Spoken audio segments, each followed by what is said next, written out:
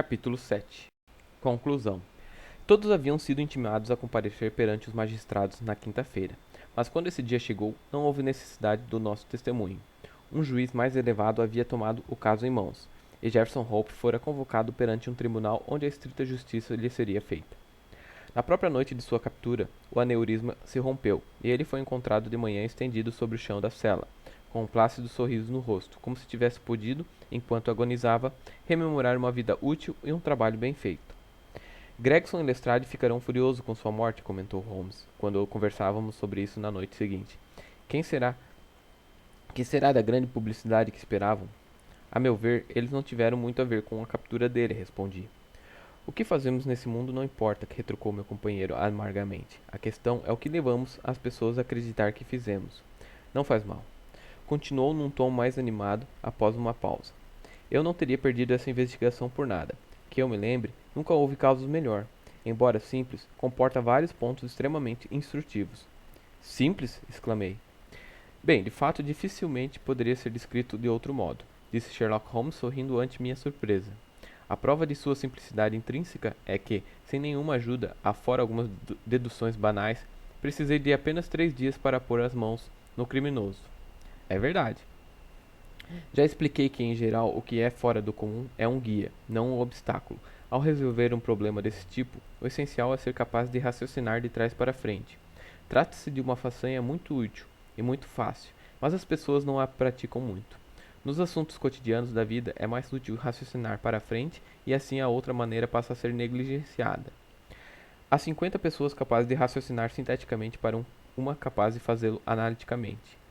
Confesso, disse eu, que não o acompanho. Não esperava mesmo que o fizesse. Vejamos se posso deixar isso mais claro.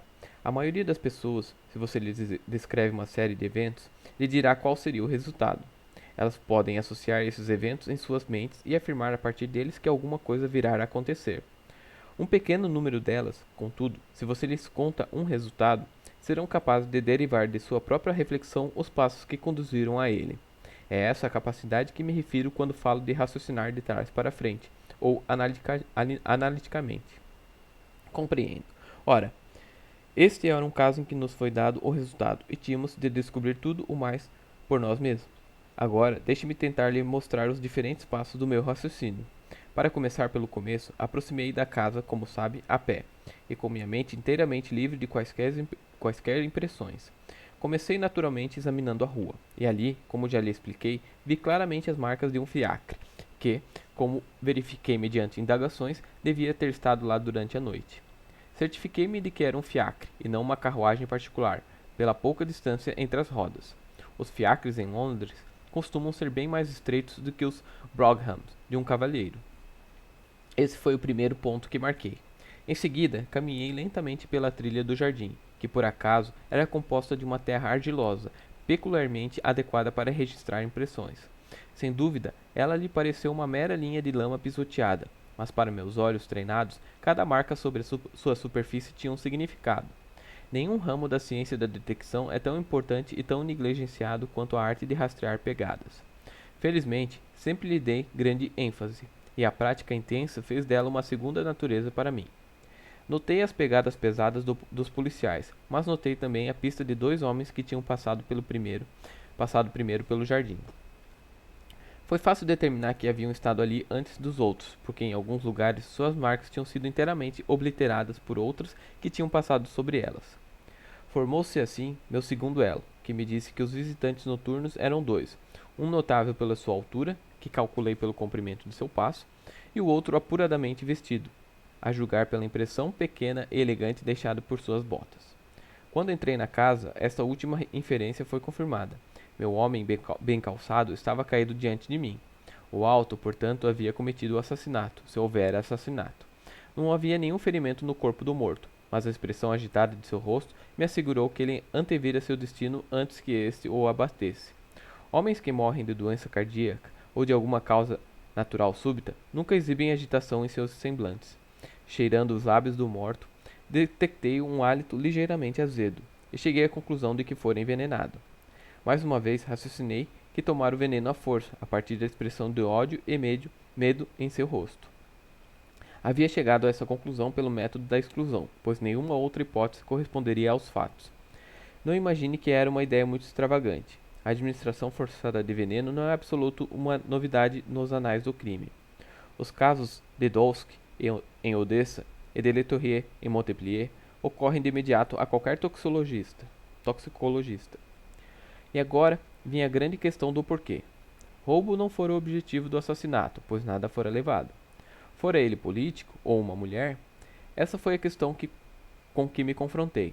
Tendi desde o início para a última suposição. Assassinos políticos contentam-se em fazer seu trabalho e fugir. Esse assassinato, ao contrário, havia sido extremamente deliberado e o perpetrador deixara seu rastro pela sala toda, mostrando que estivera lá o tempo todo. Devia ter sido um delito privado, não um político, que exigira vingança tão metodótica. Com a descoberta da inscrição na parede, minha opinião ficou mais forte do que nunca. Aquilo era evidentemente um despiste. Quando o anel foi encontrado, contudo, ele decidiu a questão. Claramente o assassino o usara para lembrar a sua vítima uma mulher ausente ou morta. Foi nessa altura que perguntei a Gregson se, em seu telegrama para Cleveland, fizera alguma indagação sobre a carreira pregressa de Mr. Drebber. Ele respondeu, como você se lembra, na negativa. Em seguida, passei a fazer um cuidadoso exame na sala, o que ratificou minha opinião quanto à altura do assassino, e me forneceu os detalhes adicionais sobre o charuto Technopole e o comprimento de suas unhas. Já tinha chegado à conclusão, uma vez que não havia nenhum indício de luta, de que o sangue que cobriu o assoalho jorrara do nariz do assassino em sua comoção. Pude perceber que o rastro de sangue coincidia com suas pegadas. Como é raro que um homem, a menos que seja muito pletórico, sangre dessa maneira por força da emoção, arrisquei a opinião de que o criminoso era provavelmente um homem robusto e corado. Os acontecimentos provaram que eu havia julgado corretamente. Tendo deixado a casa, tratei de fazer o que Gregson negligenciara. Telegrafei para o chefe de polícia de Cleveland, limitando minhas indagações às circunstâncias associadas ao casamento de Enoch Drebber. A resposta foi conclusiva.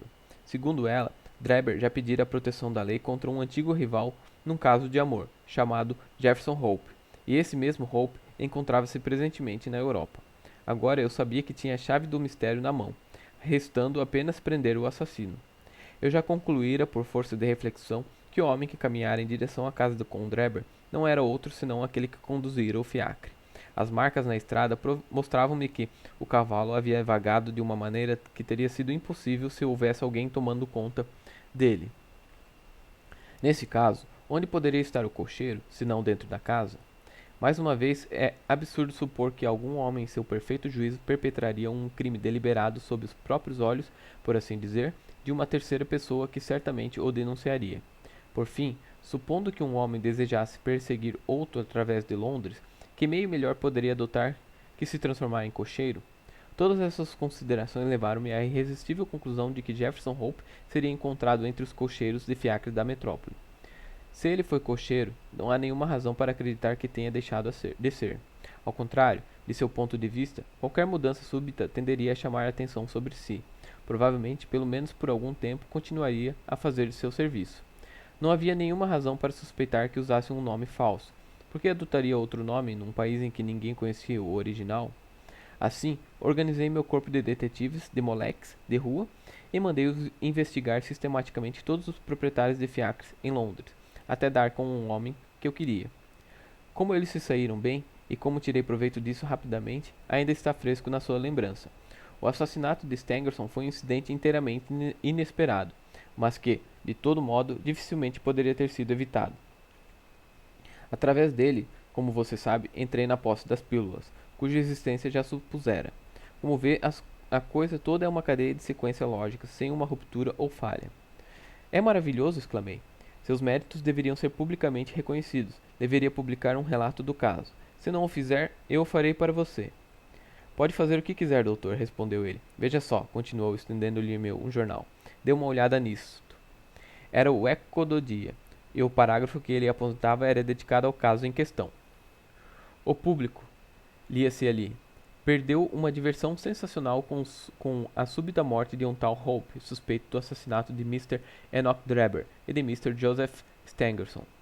Os detalhes do caso provavelmente nunca serão conhecidos, embora tenhamos sido informados por fonte segura de que o crime foi resultado de uma antiga desavença romântica, em que o amor e o cristianismo tiveram um papel.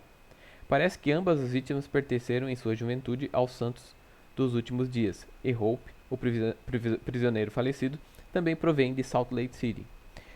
Se o caso não tiver nenhum outro efeito, pelo menos põe em relevo da maneira mais admirável a eficiência de nossa força policial de detetives, e servirá para ensinar a todos os estrangeiros que o melhor que fazem é resolver suas desavenças em casa, e não trazê-las para solo britânico.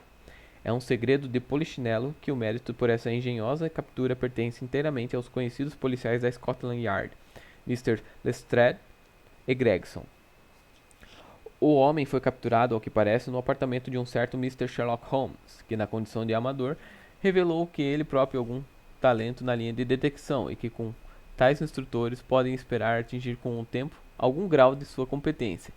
Espera-se que algum tipo de homenagem seja prestada aos dois policiais, num apropriado reconhecimento por seus serviços.